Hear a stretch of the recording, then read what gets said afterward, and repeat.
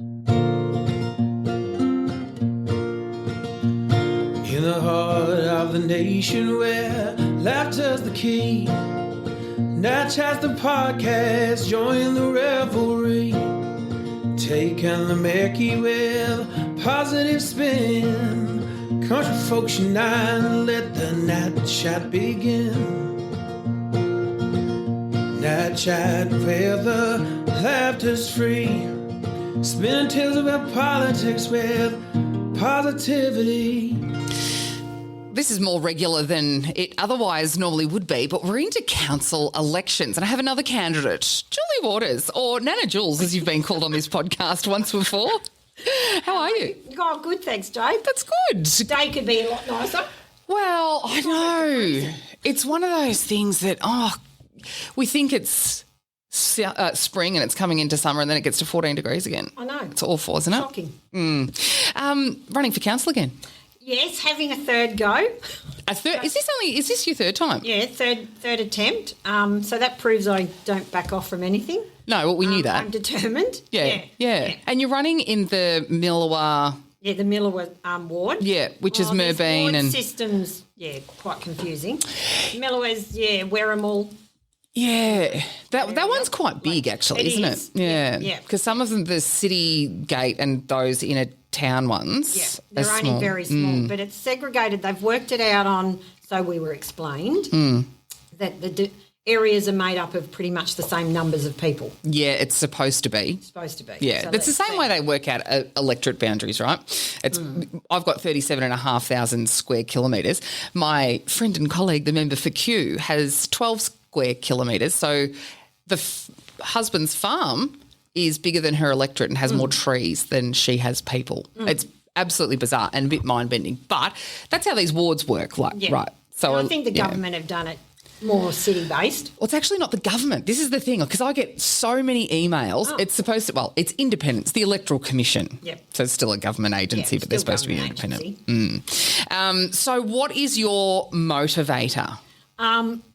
I just feel that Mildura needs better. I get frustrated with the council. In terms of what? Their timelines of town planning, just pretty much anything that they hold things back. Like I've worked over the years with property developers that have now passed. John Keane was one of them. I mean, he left Mildura and did development up in the Sunshine Coast because it was just so much red tape. Not much has improved. It's still taking time. There's so much Mildura can have, and I just get frustrated driving around here. Now you're a bail justice. Yes. And I know you can't. We're not going to go into it too, but this is a really hot topic in Mildura, and I have been banging on about it in state parliament for a long time now, because our statistics are atrocious, and they're not getting any better. And with the government wanting now to raise the age of criminal responsibility, and I suspect that it is a case of, well, if the age is raised, then those crime stats for kids under 12 won't be reported. So automatically you get a drop in crime, according to the statistics and the data. Yeah, and that's about it. I think, I've dealt with 10-year-olds and they are well aware of what they do. Look, a majority of them don't, and that's sad because it comes from their family environment. But when they come from a criminal element, those kids are well aware of what goes on, and that's sad. It's a generational problem. And the government should be looking at trying to bring in programs that break that generational than just, let's just raise the age limit, because these kids are laughing in our faces. I mean, Ag Bergs, they know how to break into people's homes. They know how to intimidate people. I mean, they're carrying knives. Big knives too. Big knives, yeah. I know. And they're not accountable for anything, and they laugh. And, I mean, the police are that frustrated. Their hands are that tied. People are critical of them, but until you're inside that building, you do not understand what they go through. Yeah, because you're getting an inside perspective on this stuff. And I have a very, very good relationship with the police. We're both going to the police remembrance service shortly. I know, having spoken to many police from all over the state, are so frustrated with the revolving door that seems to be the police bring them in. They get charged. Yep. Yep, they go through the process. They get to the courts, the magistrates' courts, and the magistrates' courts just go, oh, no, slap on the wrist, and out the door they go. And we go around and around and around.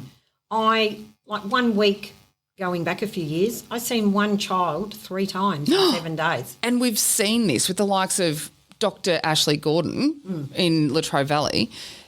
You get bailed so many times you end up killing someone.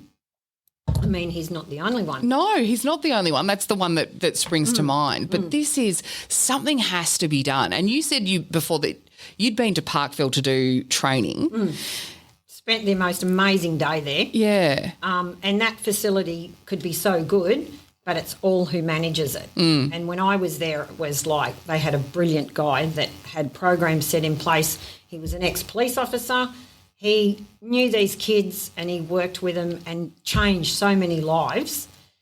Education he instilled in them, and they were very smart kids when they were given that opportunity, and sent them out with different perspectives. Wanted to set up coffee shop and a bakery within Parkville that served the public, that gave them the tools to go out into life. Yeah. That all got stopped. Thank you, government.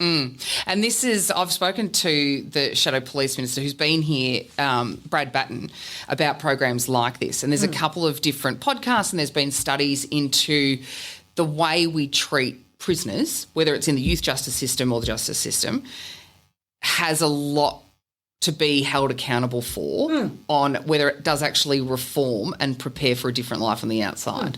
At the moment, it doesn't. It's pretty simple. It doesn't. No. Yeah, that's really interesting. So is the crime rate and the escalating crime rate a motivator for you as well? Yes, it is, because Mildura deserves better. I mean, our police deserve better. They work so hard. We are under-resourced. There is not enough staff here for them. They're running ragged. Some of them, they're doing, 15-hour days and then back 6-7 hours later. Yeah. Which is what they're fighting for at the minute, right? Yeah, it is. Yeah. I mean, they're fighting for better conditions and all that, and they're not getting it. Explain to me how the CFMEU apprentices can be on, or people that are not qualified in any way, shape or form, holding a traffic sign, making north of $200,000 a year. And our police can't get better conditions. No. And you tell me how. If that's not a criminal element right there, I mean, that CFMEU is a joke. Yeah. It's been controlling for so long and it's still controlling. Of course they do. And then the UFU, the story yesterday about corrupt, well, we know this is stuff that we've known for a long time. The government just sweeps it under the rug, which is why I think we need a strong opposition to take government. But that's a state government thing. Let's talk about the... because council's not politics. No, well... Yeah, and nor should it be, I think. No, and I think it shouldn't be either, and that's the thing. Too much of that's crept in. How do you feel about activism on council? Because there has been a few people that say having activism, an active council, yes, but when it starts to become a lobby group or... things like that for different agendas or single agendas for that matter. How do you feel about that? I'm so against it because you are not there for your own personal agendas. You're there, the people vote you in to represent them, and that's who you're there. Whether you like some of those ideas or those actions is not the issue. You're there to represent what majority of this community want, and that's definitely not been happening for so long. You can already see the lobby group that's already trying to get themselves into council now. I mean, Facebook tells everything, stories everywhere. I mean, it shouldn't be. We should be there on our own merit. I don't care if you're male or female. It's who is best for the role. And look, guess what? Sometimes men are a bit better in some of the roles, and then you've got women that are better in other roles. I mean, I'm over this gender pushing. I think we've stepped over that many years ago. These people are trying to take it backwards. So, no, I am not far away from what they want to do with there. We're here for the people, and that's what we're here for. Yeah. So how do you feel about, we've heard about the ward system, but how do you feel about, and I asked Katie and Carly who were on last week, how you would feel about if you've got a particular view on an issue, whether it's, I don't know, road maintenance or whether it's 10-year strategy, which is one of the first things you'll have to do. If you are you have strong opinions on something like that and the rest of council adopts a different position, how are you going to go then with that? Because that can be a struggle. That's what I find that could be a little bit of a... It would be, but I would still not give up if the people, and if that's the biggest thing, we have to do what the people want, and I would stand there and still keep fighting for what the people want. If the council come up with their ideas, but see these surveys they do, I've been screaming at them forever. They're not surveys; they're questions that only gives them the answers that they want. Of course. They're not listening to the people. The surveys should be there for everyone to have their say and really be listened to, and that is not what's happening right now. So, yeah, that's a hard one, but I'm a practising mediator, so I'm very good at... Are you? Yes. So You've got lots of skills, haven't you? So I can sit there and weigh up both sides and come with a compromise. Where it works for everybody. So that's what really should happen. Yeah, you're a practising mediator as well. Yeah. Who knew? It's a quiet thing you do, but, yeah, no, I really enjoyed.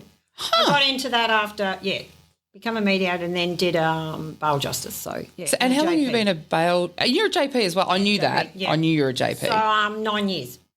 Right. And how long have you been a mediator for? I've done that for 6 years. In your own business or working for somebody else? No, in my own. Yeah, right. So, yeah. So it's really interesting. Then, tied up with construction. So that kind of gets me going when I drive around here. Yeah, so you've got an interesting view on construction as well and planning. You'd be across planning schemes. Oh, what a nightmare. I never thought I would, and I say this all the time, I never thought I'd be so passionate about planning schemes, but here we are. Yeah. And I think council do get a bad rap in some degree with planning, given that their planning scheme is dictated by the state, and that's a me problem, right? Yeah. But there are some things that council could be more proactive with. Yes. Yeah.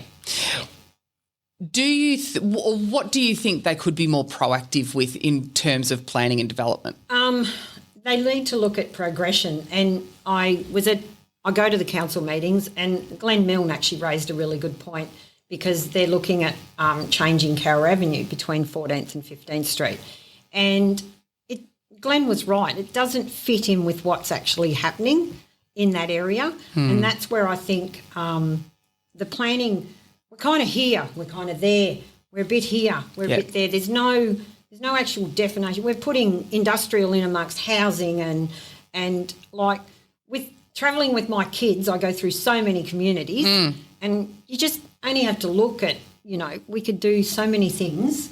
All right, admit our mistakes and start to fix them, or, in the new areas that they open up, start to have a better plan with them instead of putting housing, and we've got housing one side and you're going to have industry the other. So what's going to happen? Of course you're going to get housing complain about the industry and the hours they have and, all the traffic and all these things. Yeah. They don't, sometimes I just think, where are you coming from? You're not looking at things logic. Yeah, and I'm wondering if that's part of the recommendations given to them from officers. And again, I've had this conversation before. Sometimes the tail can wag the dog in terms of, and I saw that sometimes, not all the time, but I think I went in with my thought was, I need to think for myself and not just be told how to think and what to think, and not just accept recommendations. Like, ask questions, be curious, not judgmental. I love that saying. So ask questions and find out exactly why someone may be leaning this way or why the rules are a particular way. Because you're right, Mildura historically is like a patchwork quilt, particularly out that sort of that northern side out to, in fact, just about everywhere, apart from in town now, and even, infilling in town with affordable housing and things. But again, that's a me problem. But it's interesting to hear your perspectives. They can put in front of me what their recommendations are, but I will do my own. investigation into it. Yeah. That's just me. Yeah. I don't take what's been put in front of me as that's the gospel. Yeah. And I do know a lot do. Yeah. And that's a recommendation. But then, it backfires. Oh, well, of course it does. But then in the end of it, the community pays for it. Or the residents in that area pays for it. And no one listens. So you're going to be a councillor that listens? I'm a councillor that listens. I'm a one that has a voice. Yeah. They already know that in there. I was going to say they're well aware of that. Yeah. But because you do have, and I think there can be a bit of naivety too when people get involved in any level of government about the skill sets that actually serve you well. So your skill sets in not only justice but construction, planning, all that kind of thing. Do you think that will serve you well? I think so. I mean, I deal with a varying range of people. And that's what you need to be. You've got to be around, and everyone to me, I don't care, top, bottom, whatever, you're all equal. Everyone's entitled to a fair go. So it's the Australian way, isn't it? it is. You have to be. There is no, in between as far as I'm concerned, and I don't care whether you're black, white, polka dot, whatever. Everyone is equal. I mean, if you've got polka dots, maybe go to the doctor. Yeah, maybe. But, I don't, I'm over all this going into all this political woke left. Yeah. I just think you're sending us down the wrong path. I worry about what my grandkids are going to grow into, what world they're going to grow into. I think people are starting to wake up a little bit to common sense. And I always say we're trying to bring common sense back at the Nats. Trying to. Sense. I know. That's just gone out the door. But it needs to come back, otherwise we are in big trouble. We are in big trouble if it doesn't. Yeah. There's black and white, that's it. There's no stretching here, stretching there. Yeah. Deal with it and just look. Everyone, make a compromise. Like, is it so hard to make a compromise so that it works for everybody? Everybody may be not happy, but everyone is achieving that one goal. Yeah, well, I think if you're making everybody happy and no one's upset with you, you're probably not doing your job properly. You're not making hard calls. True, but I think, there has to be some hard calls. That's what I mean. You're not going to make everyone all happy, but you can't just go this side and don't worry about that side. Yeah. Everyone's got a right to be heard, and you just sit down and work out what would be the best plan to make a forward move. Yeah. So, With regard to you being a mediator, and I jump around a lot, I know, because I get another thought and go, I need to ask that. With you being a mediator, I always say doesn't matter how flat you make a pancake, there's always two sides. Other people will say, well, there's three sides to every story. His side, her side, and the truth, somewhere in the middle. What do you think? Well, it is in a way, because that's what the mediator's there for. To be the one in the middle. They're the one in the middle. So, they present, one presents, and particularly like when you come into bus stops and settlements, he wants this, they want that, and then you kind of sit in the middle and go, well, they both have their discussions, and then it's not that I get to say, oh, no, but you should be doing this. I just give a few pointers out of, did you think of this, or did you think of that, or maybe what about this area? And it just makes them change. It takes the nastiness off the table, and they kind of think, if I did this, maybe, that could work for that. And you end up coming down to a resolution where they don't walk out 100% happy each, but it's a better resolution for all involved. Yeah. So do you think that kind of conflict resolution will serve you well on council? I think so. I think so too. Because if you're not, I think there has to be robust discussion. Yeah, there has to be. Well, you wouldn't be doing your job if you didn't. Correct. But at the end of the day, you've all got to walk out. The part I've got frustrated with sitting in on council meetings, the tone they speak to each other in. There is no respect. I mean, that's just gone out the door. And it's allowed to happen. And I just cannot handle that. And I know some retired businessmen that have, put ideas to council, and the way they've been treated, discussed, spoken about is atrocious. Yeah. I mean, our past business people that have all been quite successful have a lot still to contribute. Of course. And their passion for this region is endless. I mean, they're the ones that have pushed me, kept pushing me to come back, stand again. So I'm standing again. Yeah, good for you. No, good on you. And you're right. People that have history here and have been very successful in business, and I know government is different. However, to not have that little level of respect, which is why when people, and we get it with the Gen Ys or the Gens, I don't know, whoever it is, whatever, the whole boomer thing, that boils my blood. And I'm like, are you kidding? My parents are boomers and they work their butts off to give up, like... To give you a better life. Correct. Like, why? Yeah, why are we hanging it on? Not we, because I don't. It really annoys me. But that level of disrespect for a generation that's come before you and worked their butt off, so you don't have to get your hands dirty. Come on. No, I mean, a hard day's work doesn't hurt anybody. In fact, quite the contrary. No. Does you the world of good, doesn't it? Yes. True. Yeah. Yep. All right. So where can we catch up with you to have a chat about council? Are you doing any events? Are you doing markets? I'm doing some markets. Yep. So, a friend of mine, I'm going into a store with her. Like, she's there for another matter, but she said, hook in with me. So, I'm going to do the Murban market. Just basically get around. I go out to the Murban community. So I'm going to do some letter dropping and just generally be out and about. Yeah. From now on until I've got like my flyers and everything ready to go out. Yep. Call flutes. Yeah, call flutes will go out. Yep. Up and down. So we just finalised all of those.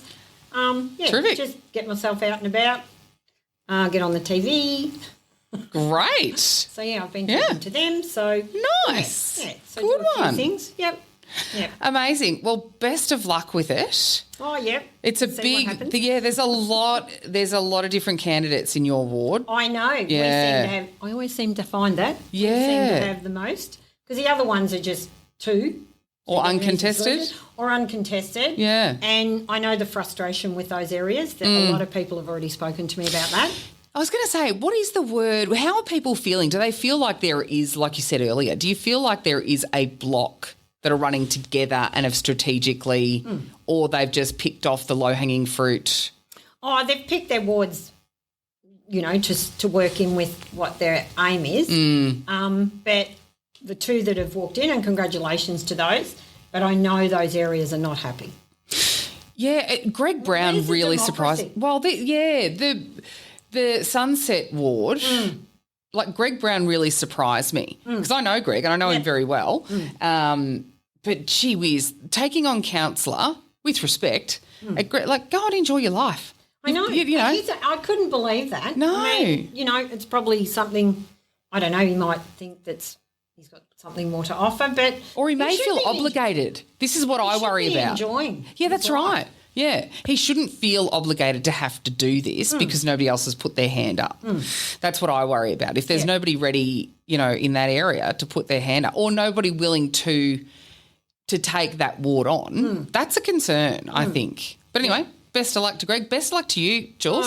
We'll see what happens. Let's just, before you go, there is a Superbike Championship that's about to wrap up.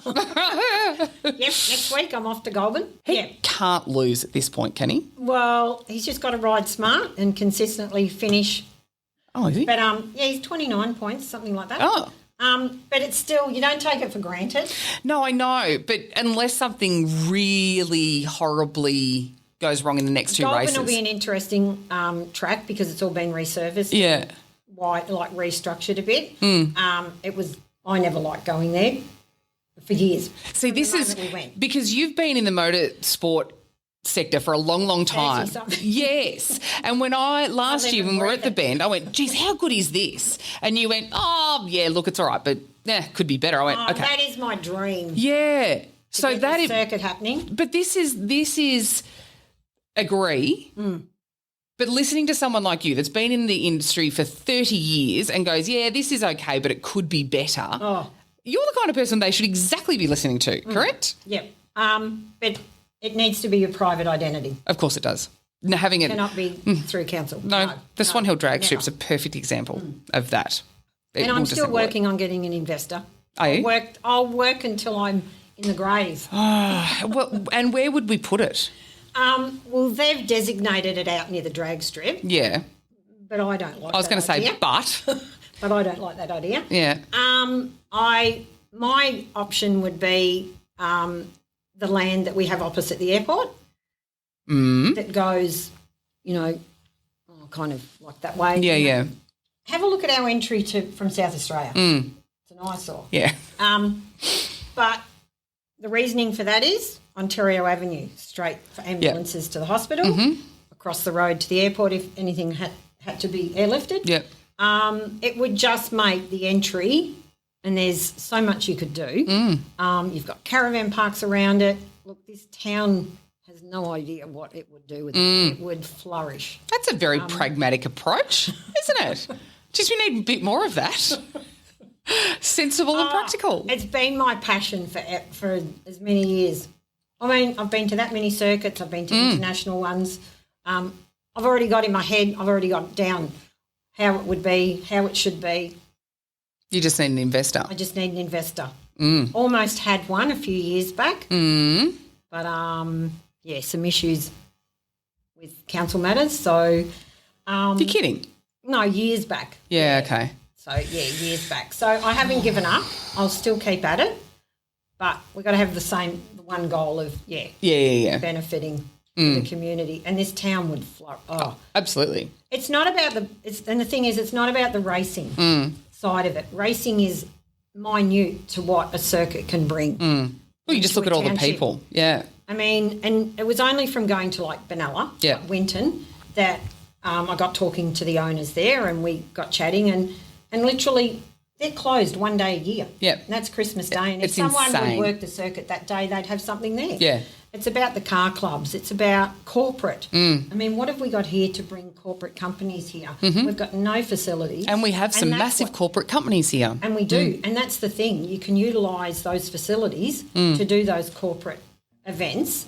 There's just it's an untapped resource. Yeah, and you're having a look at what it's done for Tailem Bend and it's in Tailem Bend, for I know. God's There's sake. no accommodation. I know I have to stay in Murray Bridge. Anyway.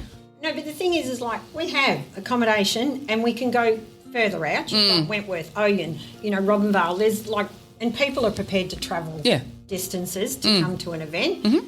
Our restaurants, we have so many visitors that come with us and they go, oh, my God, we ate here tonight. And I go, we'll try there tomorrow night. We've got, everything here to offer. Yeah. Because we're this little place at the end, I say at the end of the earth. Well, that's how, to me, the government looks at us. Yeah. We're at the end. So why not? Yeah, we are spoilt for choice. Yeah, we are. And we take too much for granted in that side of things. But we need to build on it. Yeah. And make it better. Well, your tenacity is something that I think every level of government needs. So best of luck, Jules. Thank you very much. And I might see you at the Bend in early November. Oh, we'll see I'm how it there, goes. booked already. Yeah, I bet you are. Unfortunately, I've got a job to do, so I'll see how we go. Thank you.